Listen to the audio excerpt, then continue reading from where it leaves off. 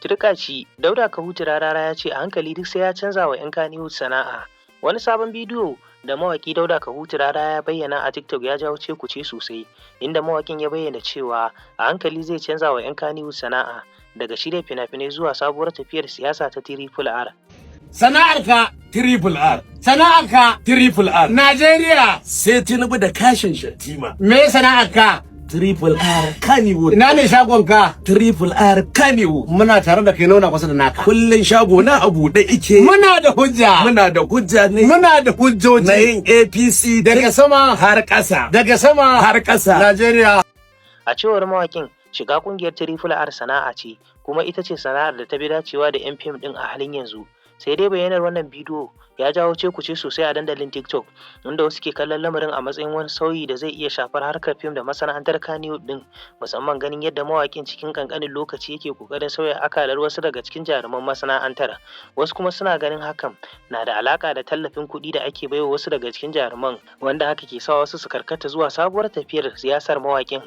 Duk da cewa Dauda Kahutu Rarara da kungiyar tasa suna fuskantar kalubale wajen jawo wasu jaruman Kannywood zuwa kungiyar Triple R din, amma a wani bangaren mawakin ya yi nasarar jawo wasu daga cikin jaruman masana'antar da dama. Daga cikin waɗanda ake gani masu ruwa da tsaki a tafiyar Triple R, ƙungiyar 'yan fim ɗin da ke da alhakin tallata Tinubu, akwai jarumi Musa Mai Sana'a. Ina yake dai Allah tsakaninki da Allah tun da kike cikin rayuwar industry akalla ba a kasara ba, duk wanda ya zo industry in bai riga ki ba kuma ke ba za ki riga ki. Dan Allah kin taba ganin irin Rarara? Kin taba ganin mutumin da ya ce yau so yake yan industry Kannywood sai sun tsaya da kafa su? Irin wannan barace-baracen da ake ciwon kafa, ciwon hannu, rashin lafiya, daidai da zazzabi sai an yi bara. Dan Allah yanzu ba a canja ba? To don haka mu muna kaunar Rarara. Allah ya saka masa da alkhairi kan industry. Ba mu da kamar Rarara. Yayi asara. Yayi asara wallahi ya zama kaico. Dan haka kuma Tinubu zami. Zo mana. Me wa zami? Tinubu zami. Zo mana. Kai wa za ka yi? Ni na ce Tinubu nake yi, kai ba? Ni ma Tinubu nake yi. Kai wa za ka yi? A kai ma ka sani. To Tinubu za mu zaɓa. Amina a kwanta zuwa za ka yi? To mu Tinubu zami, ba wani wanda za mu zaɓa sai Tinubu. Ko mutum iya yabe mu ko kar ya yabe mu, uwarsu ɗaya ubansu ɗaya. Na rantse da Allah da ya halitte ni yanzu ma muka fara yin Tinubu. Musa baba. A wani bidiyo da ya bayyana an nuna Musa Mai Sana'a tare da Hadiza Kabara suna bayyana wasu kalamai game da mawaƙi Dauda Kahutu Rarara.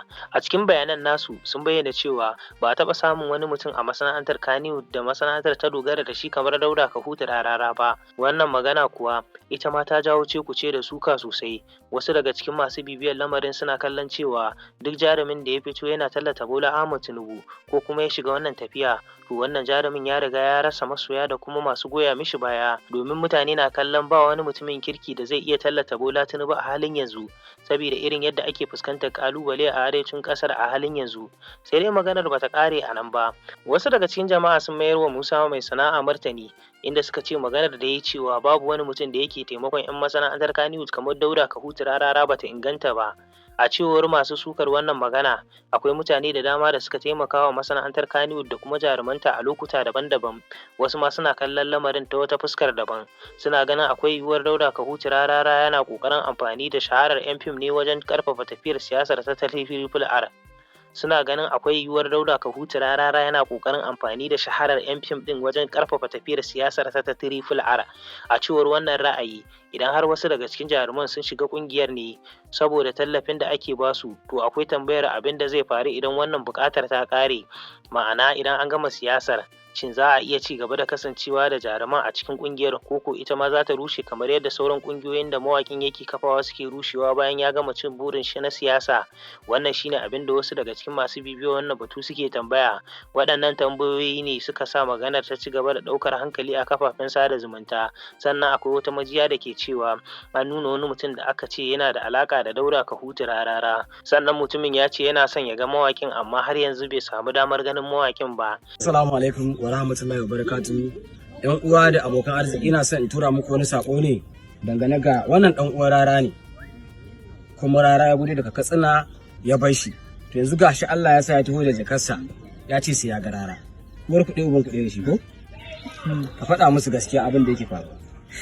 Idan wannan bayani ya kasance gaskiya, to yana ƙara kawo wata tambaya kan irin alaƙar da ke tsakanin mutumin da mawaƙin, amma hanyar zuba a samu cikakken bayani daga Dauda Kahutu Rarara kan wannan dangantaka ba.